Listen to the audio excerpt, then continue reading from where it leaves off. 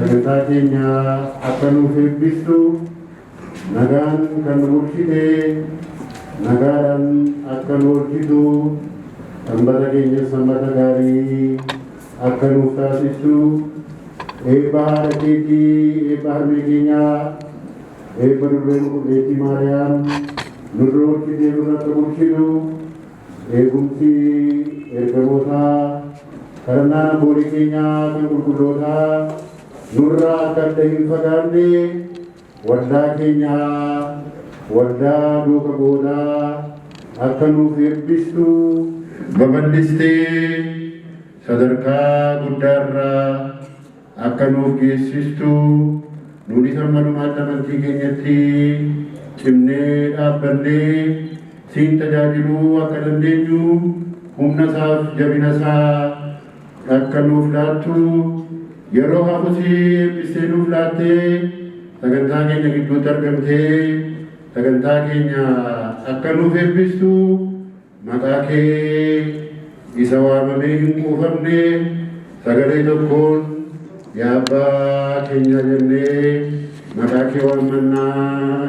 Yaa abbaa keenya samii irra kan jiraattu maqaan kee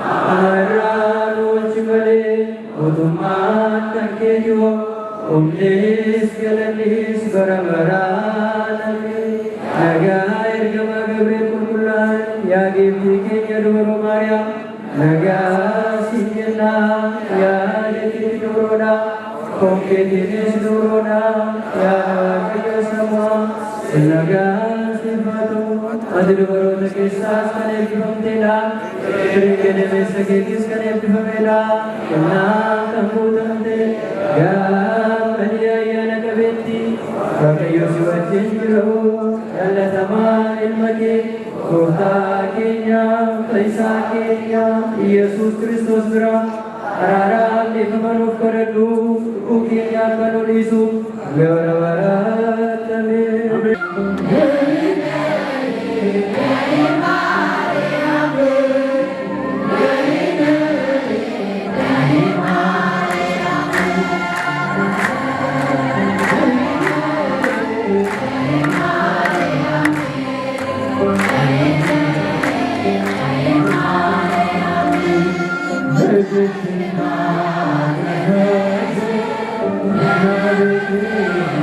Hey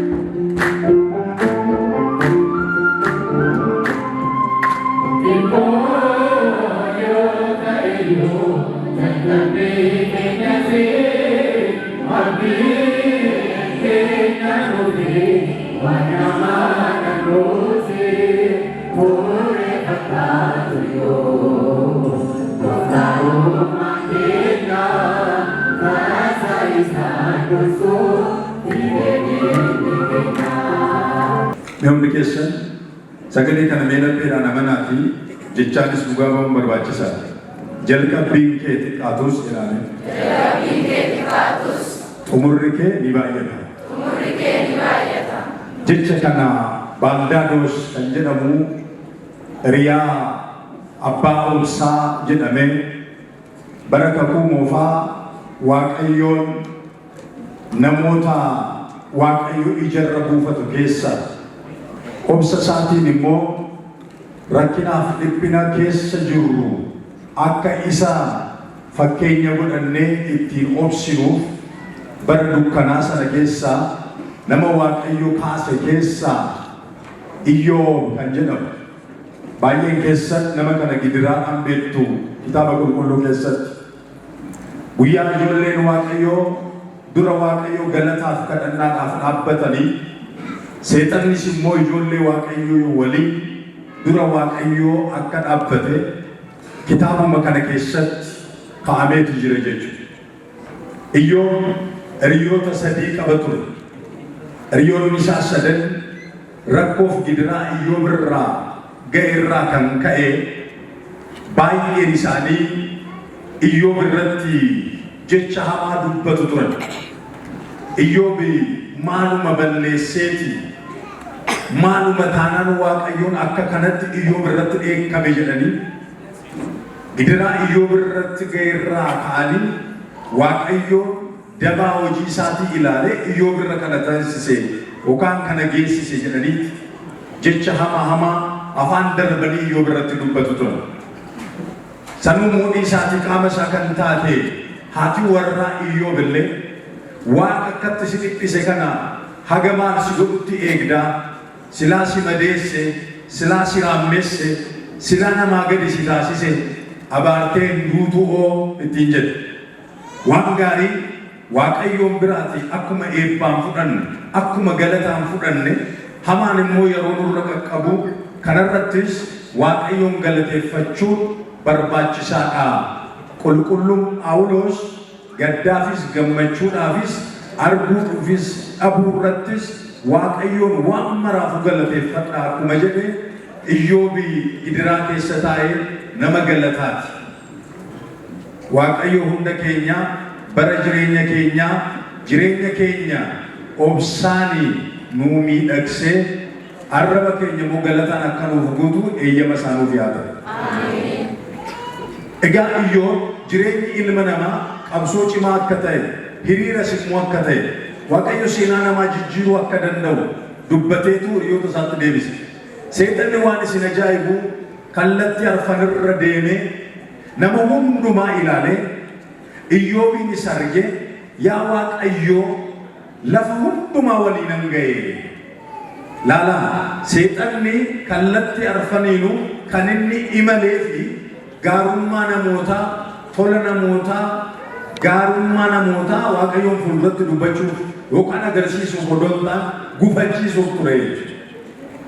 Iyyoob balaa ammana hin jedhamne akka qaama isaarra ga'uuf seexanni shoora olaanaa tokko raawwate. Balleessuudhaaf seexanni humna qabu hundumaa fixatee waaqayyoon dura dhaabbate. Sirumaa iji seexanaa waan gaarii ilaaluu hin danda'u. Qajeelaan seexana biratti daba. Miidhagaan seexana biratti fokkisaa. Dhugaan seexana biratti soba.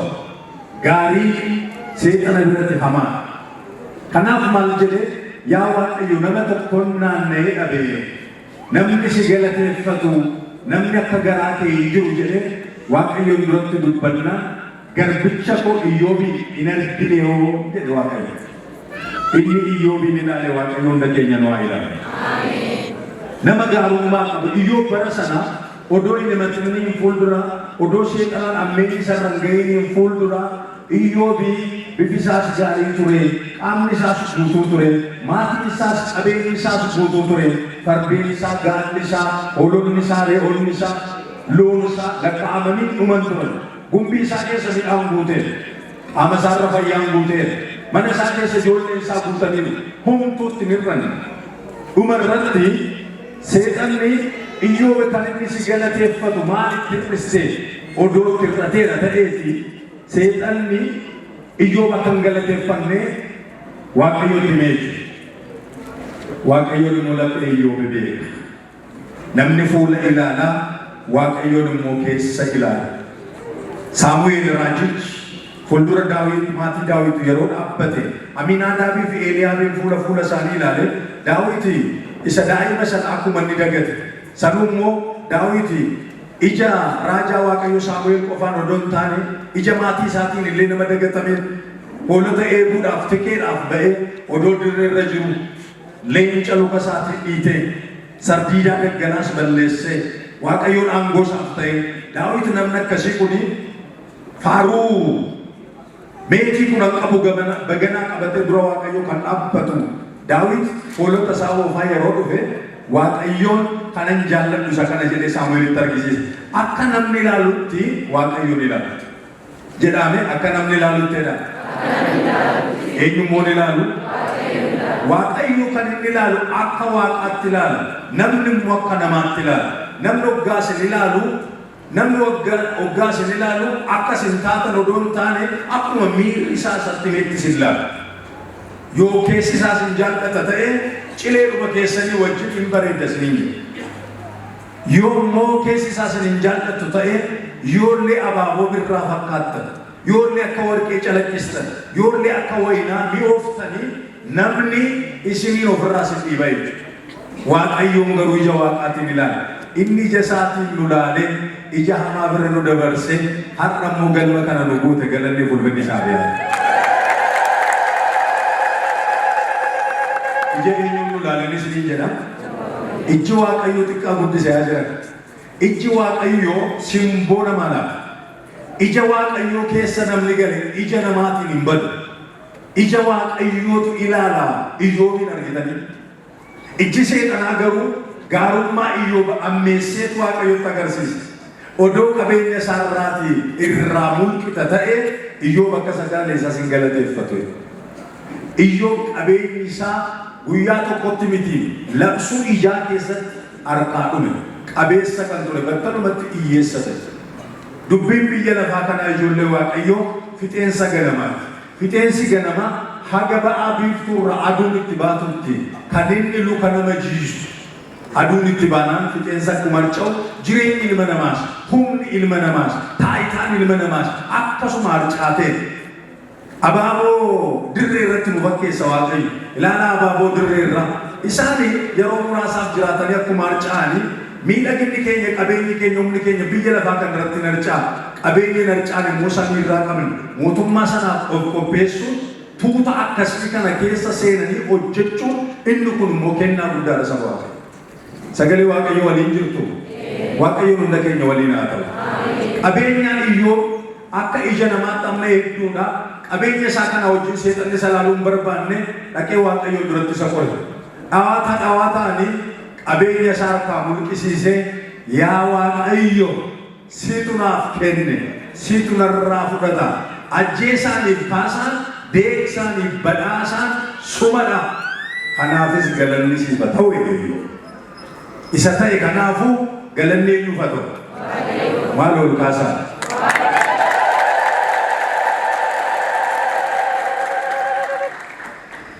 Waldaan kabootaa keessatti Waaqayyoon waan galataa ta'uu isaati nima. Duuka bu'oonni Waaqayyoon galateeffachuudhaan, oolmaa Waaqayyoo odeessuudhaan dachee akka hadhoofte kanaa akka dammaatti dhiyeessaniif. Dachee cilee fakkaattee gurraachofte kanaa akka urjii taddeessaniif. Waaqayyoon waan koolu galaniif abbootiin keenya darban sun. Iyyoob qabeenya isaas dhabe, sa'a keenya waliin deemuudhaaf. Qabeenya isaa dhabe, fayyaa isaas dhabe, waan hundumarratti guddina Waaqayyoo labsuu jedha. Waan hundumarratti Waaqayyoo guddaadha. Eenyutu guddaadha? Humna keenya caalaa, qabeenya keenya caalaa, beekumsa keenya caalaa, isa nu caalu caalaa Waaqayyootu guddaadha. Guddina Waaqayyoo Iyyoob labse. Iyyoob hundumaa dhabe waan isin ajaa'ibu dhumarratti qaama isaatti irraa hunde.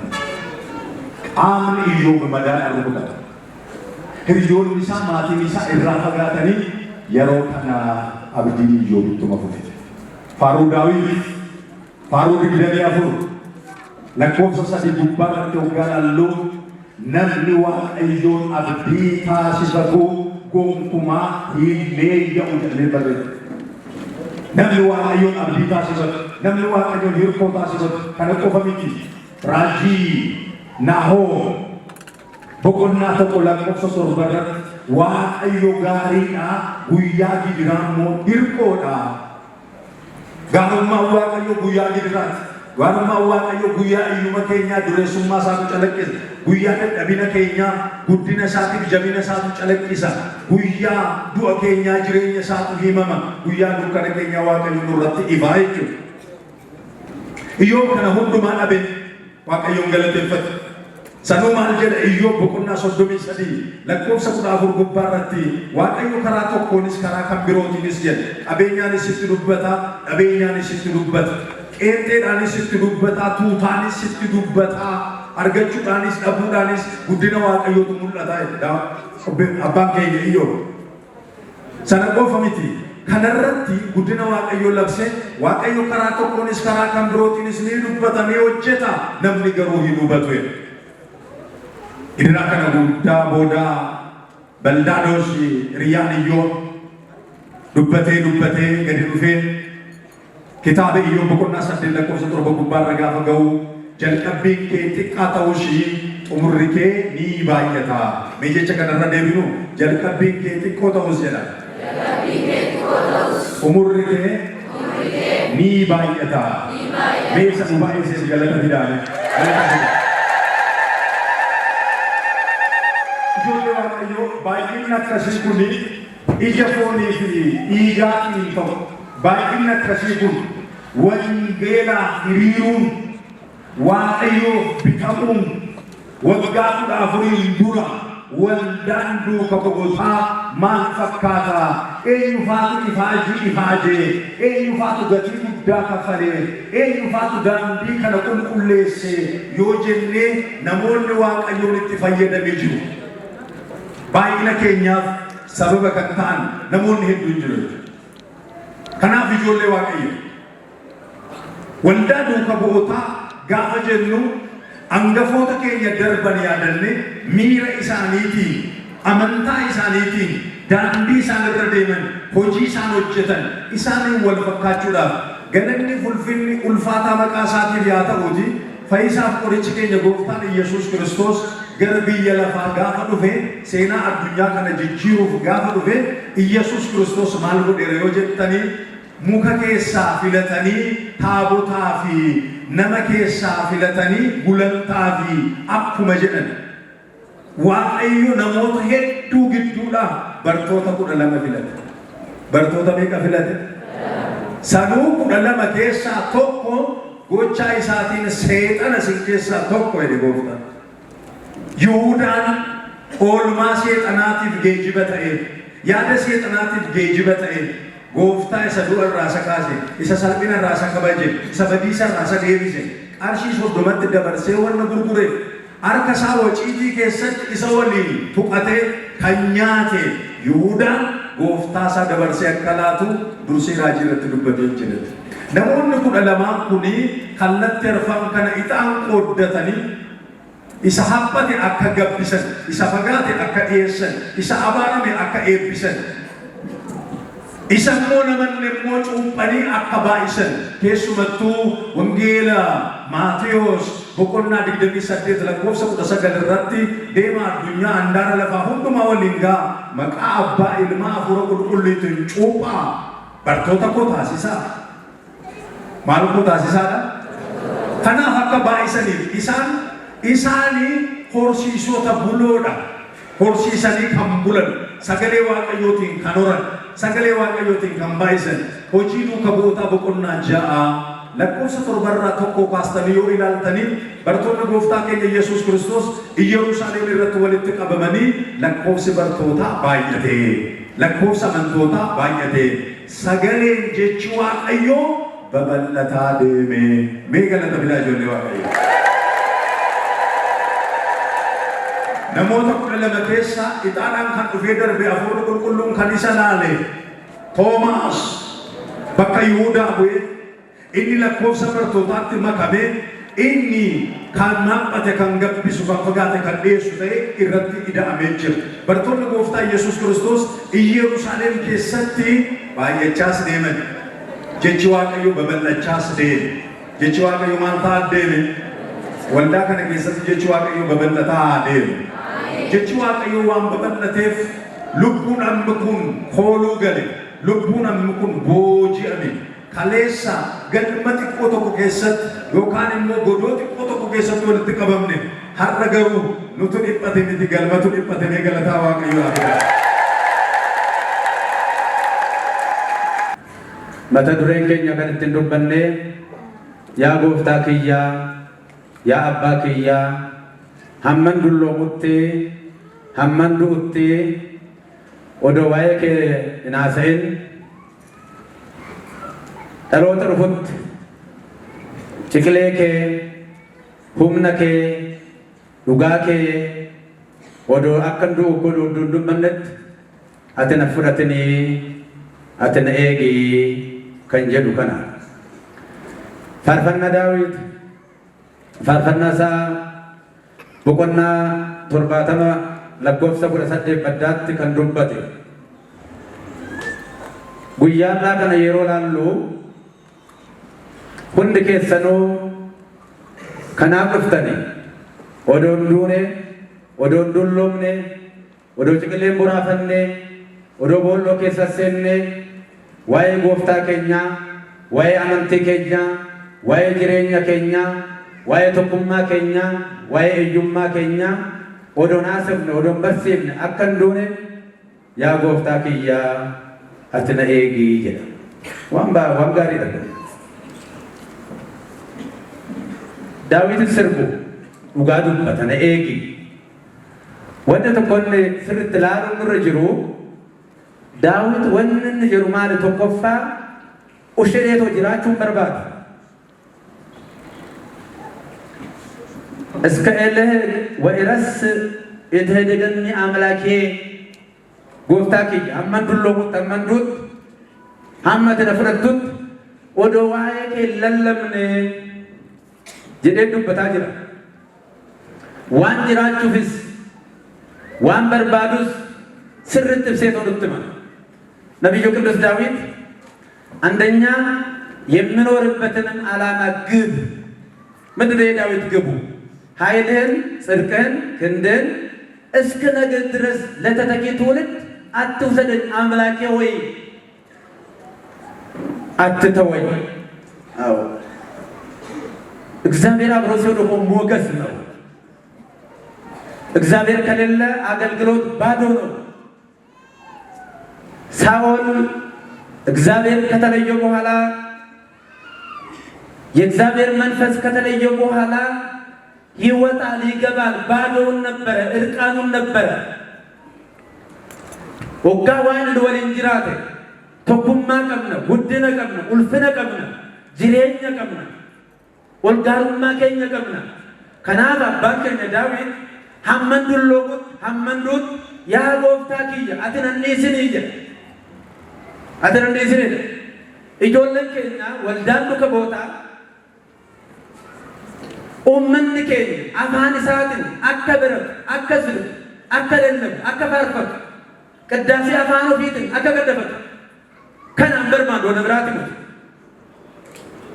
ዋኒ ረኳ አፋንን ቀቡ አፋኑን ተቆለ ሰሚር ራምቤ ሆንቱን ጅብ